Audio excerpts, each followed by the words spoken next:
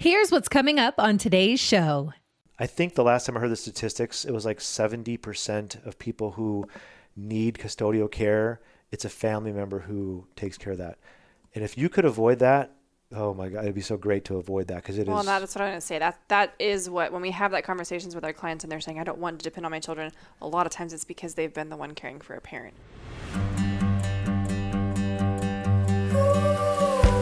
This is the Money Master Podcast from Brindle and Bay Wealth Management with Tori Tenhagen, Connie Davis, and certified financial planner Nick Davis. Welcome back to the Money Master Podcast. I'm Connie here, and joining me is Tori and Nick, and we're so happy to have you here with us today.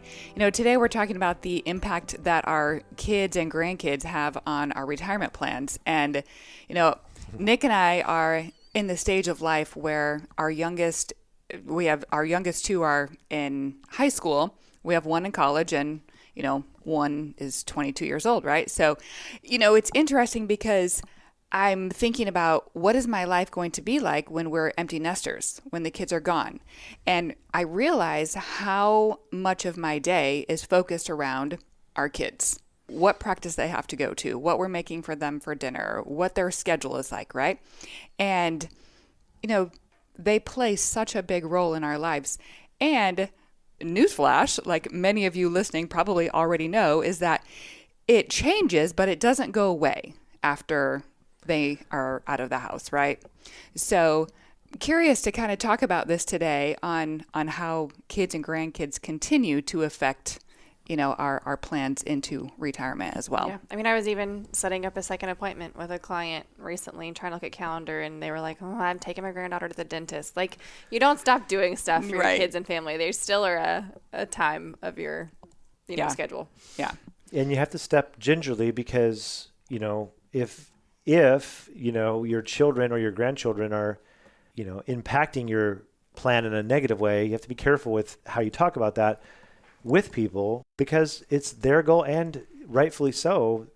They're part of that goal. Your children are part of that goal. Your grandchildren are part of that goal. However, there is a shift. People often say, my biggest goal is to make sure we're okay.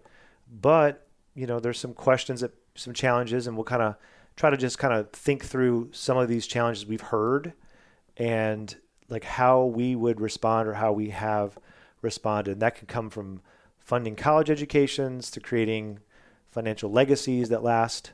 But just kind of explore how you can balance your retirement goals with the needs of your family. Yeah, so we do have a couple of scenarios here. So, I'll just kind of ask Tori and Nick, I'll ask you guys, how would you advise a client in these situations?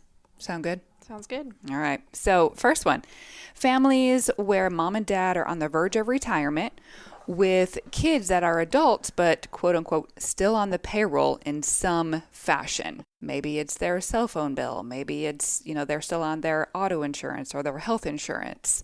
What would you guys advise? Got to be in the budget. You got to plan for it. You can't just pretend that it's only going to be there a few more years. I'm not going to plan for it. You're paying for that for however many more years. Or it has to be put in the plan. Or until you have that conversation with your adult child. Like that it's time. Okay, Mom and dad are retiring. 6 months and we are no longer paying for XYZ. Yeah, and a lot of times we see that's what's happened. Like clients will come to us and say, I'm paying for this right now, but they know when I'm done working, it's on them. Or they're about to get a job and I know that's coming. So a lot of times they've had those conversations, but if they haven't, that's where it's kind of like, well, what's the plan here? Or is this... again, human behavior, we've talked about this before, if money is there, you're going to spend it. If you're not going to have the conversation with your kids, they're probably just going to let you keep paying for it. Right. That's human behavior. I'm not going to tell my dad he can't pay for something. Our daughter, she's getting ready to graduate college and she is 20 years old and she often will ask, she'll like, okay, remind me, when do I have to start paying for my cell phone bill? Like, she is thinking ahead, but you got to have the conversation. And as parents, you don't want to see your children suffer. And it's hard because they have to suffer because they're not at the level that you are in your profession. Mm-hmm. So there's a balance there too of, and we were looking at rent for apartments and it's like, it's crazy. You can't afford to live by yourself. Mm-hmm. Or you can't afford to live in a certain This area. Yeah. Mm-hmm. Yeah. So, Yeah. going back to what Tori said, it has to be in the budget. The question is how much is it and when is it going to end? Right. And it can be that simple. If you can afford to take care of your children as part of your plan, great. If you can't, it's very, very common for us to have these eye-opening experiences when you get your financial story down on paper, your financial plan in front of you, and you see the side effects of your choices. Okay? The side effects, instead of consequences, I'm going to use the word side effects. The side effects of your choices, and being able to look at what those side effects are going to be can help you, and even setting your timeline and maybe even putting a plan together to get them off of that payroll. It's a standard question that we ask: is anybody still on payroll? And it's not just the children; it's also your parents too, because you're the sandwich generation. That means that you're taking care of your children, but you're also taking care of your parents. Yeah, I mean, it's pretty clear, cut and dry when it comes to if you can afford it or not. Next one. So parents who had their kids later in life are still paying for their kids' college heading into retirement. Yeah. Similar answer. Plan for it. I mean, everything here is going to be all right. Well, because we've said this before, we want to make people's financial plan work with what their goals are. So if that is a big, important goal to them, well, then we're going to try and make it work. We're going to see what it does to the plan. But really, our job is to see what it does to the plan and let them see, okay, you want to pay for college, but here's what your retirement's going to look like. Mm-hmm. Yeah. I mean, it's the same thing. I've rarely seen somebody change their mind about that. Yeah. Rarely. In some cases, they may bring their child into the conversation. Is that the best idea? Yeah. Is it practical and something that people actually do very often? No.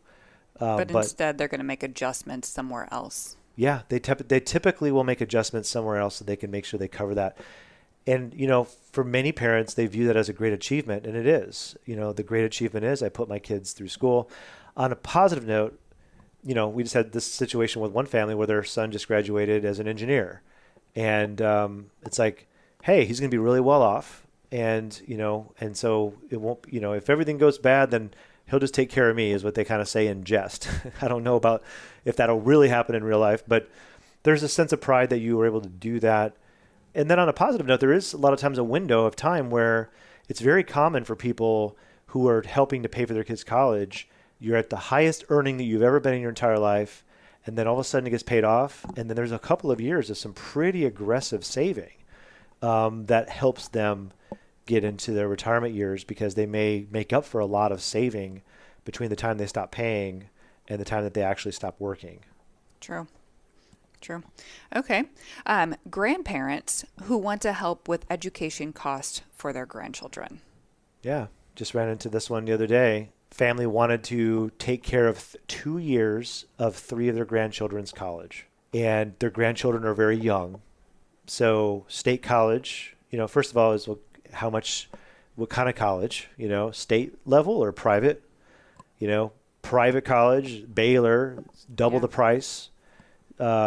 State college is maybe $28,000 to $30,000 a year, but that's right now. Right. When your grandchildren need it, it's going to be about 60 to 80 grand, for that, that need, right? The biggest advice would be is where should you put the money now? Like if you have the money, because what would happen to this one family is if they didn't use a 529, what would have happened is they would have either paid taxes all the way through those years as they were growing that money so that they could then give it to their grandchild in the future. And that would count against them with their Social Security income and all the other stuff going on. Or they would have pulled it out of an IRA, which would have not been good as well because they've had taxes there. But if they put it into a 529, even if they took it out of an IRA to pay the taxes on it, they can then let it grow tax deferred, take it out tax free as long as it's used for educational purposes. So that would be more of a this year conversation, meaning you should put that money there now, even though they're younger. And that way it'll be there for them. But I would definitely look into using that 529 for them. In some cases, you can use a Roth IRA, but it gets a little more complex. If you can use a Roth, it's great because you get more investment options. Typically, there's not a lot of great 529 plans out there. It's a state-by-state program. Mm-hmm. But anyway, that's how I would advise. Tori, you got anything you would add to that, or you're shaking your head yes, like that's... No, I mean, yeah, that's definitely the first thing. There's also, if you're not trying to just pay for a certain number of years, you just want to give them some money. We've had some people do the UTMA accounts. They just want to, put a little bit away, $25 a month, just chipping away, and then they'll give them that for, here, go get dorm stuff or whatever, just to give them something for education. The UTMA account. Yeah, you brought that up. That's actually another option. It's just, so the UTMA account, when they become the majority age, which is state by state, so it could be anywhere from 18 to 21 years old, then that money turns over to them no matter what. So that's but you still have to consider taxes with those and stuff too. So there's just, considerations across the board. If it's a lot of money, the taxation can come back on the parents. If it's a little bit of money, then it typically is a child tax situation. It's not that big of a deal. Right. But UTMA can be used, especially when it comes to the grandparents. And as Tori mentioned, $25 a month. A lot of people use that as stocking stuffers, Yeah. So we have offer that to all our clients for stockings. Yeah, 25 stock portfolio for your grandchildren. Put $25 a month in. If you want to, you can put whatever you want in. Okay, great. Next one. Aging parents counting on their children to take care of them in their later years. Ooh. That's a gamble. This one's tough. It's a hard conversation. And really, you talk about Nick writing, getting people's financial story down. This is one of the first questions we ask is, what do you want? What's your goal with this financial plan and what's important? And a lot of people's what's important is, I don't want to depend on my kids. I don't want to put the stress on them, and I want to know that I'm going to be okay on my own. I don't want to bank on that. I find it's a very personal conversation because you have to be creative with this stuff. Not everybody can afford to just pay for their first of all, if your parents have enough to take care of themselves, it's still going to be challenging. But that's the best case scenario. If they don't have enough to take care of themselves, and now it's going to be, well, how are you going to be when this happens? And we have to pose some questions. If they can't take care of themselves, will they live with you? Will you help to cover that? And if you're planning on helping to cover that, okay, let's put some budget in there, and let's go to there's a website online, Genworth, and it shows, here's the cost of healthcare. Here's what it's going to be in the future. And let's go ahead and put that in your plan so that you could take care of it if you need to. It gives people a lot of peace of mind knowing, okay, if I have to pay for in-home healthcare cost 30 hours a week, I've got that budgeted in. Or if that's absolutely never going to happen, then let's go ahead and, let's do out, where they're actually in a home or something like that. But that's where the family has to come in. I think the last time I heard the statistics, it was like 70% of people who need custodial care, it's a family member who takes care of that. And if you could avoid that, oh my God, it'd be so great to avoid that because it is. Well, that's what I'm going to say. That is what, when we have that conversations with our clients and they're saying, I don't want to depend on my children, a lot of times it's because they've been the one caring for a parent and they don't want to put that on their own kids. 70%, that's really high. It's because we are very underinsured for long-term care. We're living longer. Most people don't recognize that Medicare does not cover custodial care. It only covers like skilled care for a short period of time. And so it is definitely a difficult one. Hey, it's Nick here.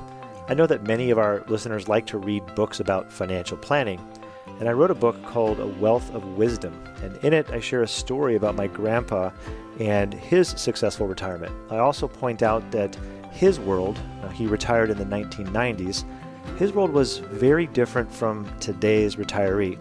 There are certain things that today's retiree must do to be successful in retirement.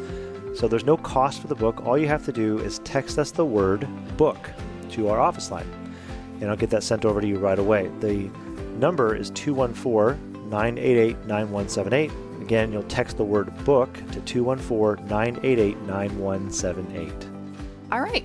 Next one, people who want to be very intentional about leaving a financial legacy. It's very common as well. Yeah, another common piece of that always makes me laugh a little bit is when the couple doesn't have the same feeling about leaving a financial legacy. We see it all the time. The wife's like, I want to leave this much. And the husband's like, I don't care. And so that's another piece of it is deciding together what financial legacy you want to leave. Good point. But yeah, that is a very big part of that's one of the first questions we ask people when we're putting a plan together. Yeah. Well, you ever seen those Monte Carlo things, which shows you that glide path of how your plan might go? If you've ever seen them simulate, the high possibility and the low possibility of how much money you're going to have left over. A lot of times people go, wow, there's either a lot left over or there's nothing left over. And they think, well, whatever's left over is going to go to, my heirs. But some people want to guarantee that certain money is going to be there. So what we do is we will earmark that in their plan as a payment at the end of life. And if the plan doesn't really sustain that very well, then we can talk further. In some cases, you might want to look at, do I own whole life for that? And can you cover the premiums? Now you want to be careful with buying life insurance because the cost of the premiums may mess up your plan. So you would want to just analyze it and make sure it works. But if you did use life insurance, it's nice because it's going there, no matter what. And then you can feel free to spend the rest of your money the way you want to. Yeah. It's nice to have it in place. I mean, I met with a client. This is the first time I've heard this in a while, if ever, but they had a very specific, at first spouse passing, this much was going to go to the kids. And then at death of the second spouse, whatever's left would go. Like that, a very specific plan. And we planned for it. We put it in the plan. This much will happen when one of the spouse passes away.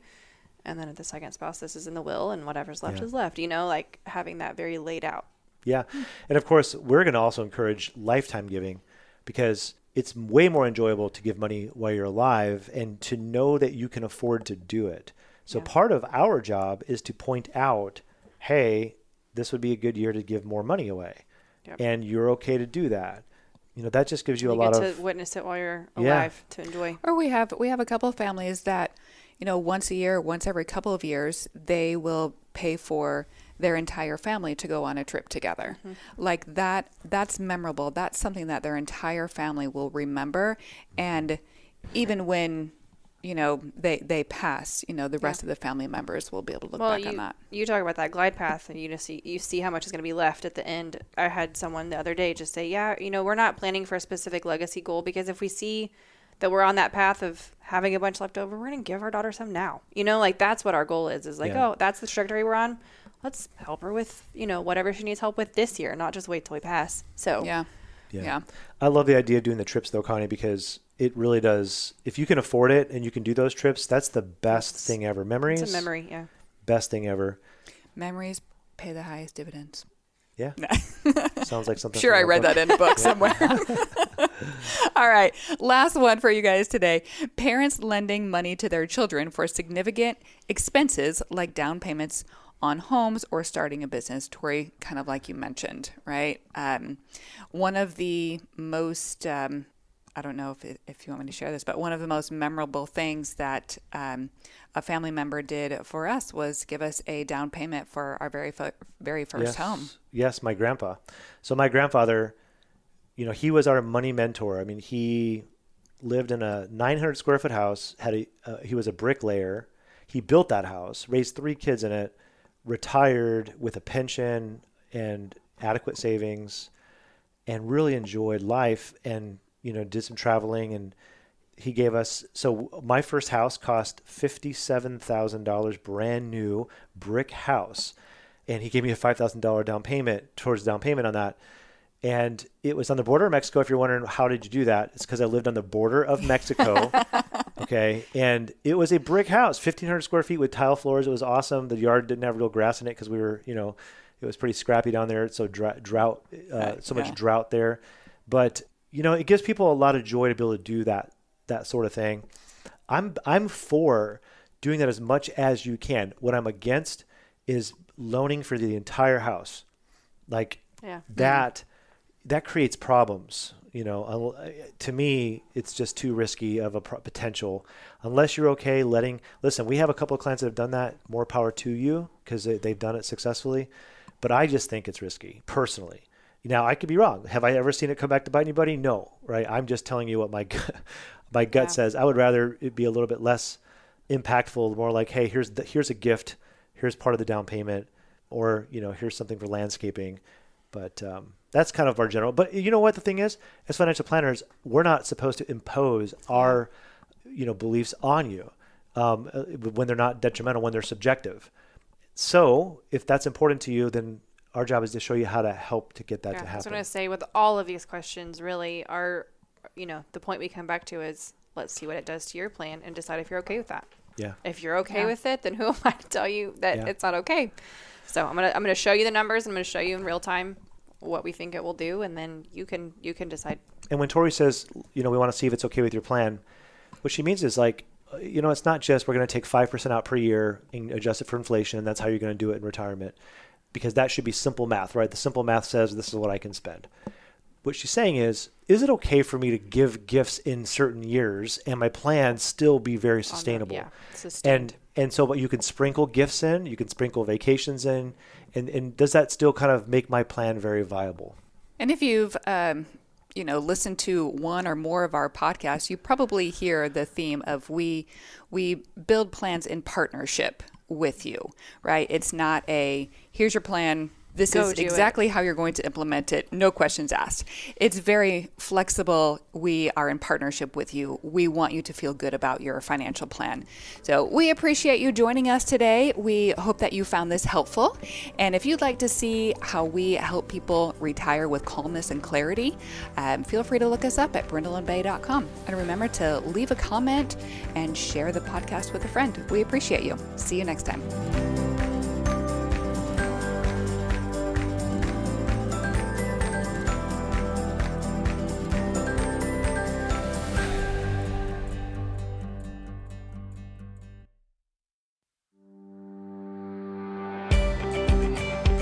Here's a quick break to tell you about a video I recently finished. The video is called 3 Ways to Reduce Taxes on Your Social Security Benefits. Up to 85% of your Social Security can be taxed federally. And it's really a form of double taxation because you paid tax on it every year that you contributed. So in this short video, I'm going to share 3 ways to reduce or eliminate taxes on your Social Security benefits. There's no cost to get that video. All you have to do is text us the letters SS to our office line, which is 214-988-9178, and we'll get that right to you. Again, it's text the letters SS, like Social Security, to 214-988-9178. Nick Davis is an investment advisor representative of Brindle & Bay Financial Advisors, a registered investment advisor. This show is for informational purposes only. Any exposure to ideas and financial vehicles discussed should not be considered financial advice or recommendation to buy or sell a financial vehicle. You should consult a qualified financial, tax, or legal professional before taking any action. This program is not endorsed by the Social Security Administration or any other government agency. Annuity guarantees rely solely on the financial strength and claims paying ability of the issuing company. Insurance licensed in Texas, number 1188639. Brindle & Bay Wealth Management is affiliated with Brindle & Bay Financial Advisors.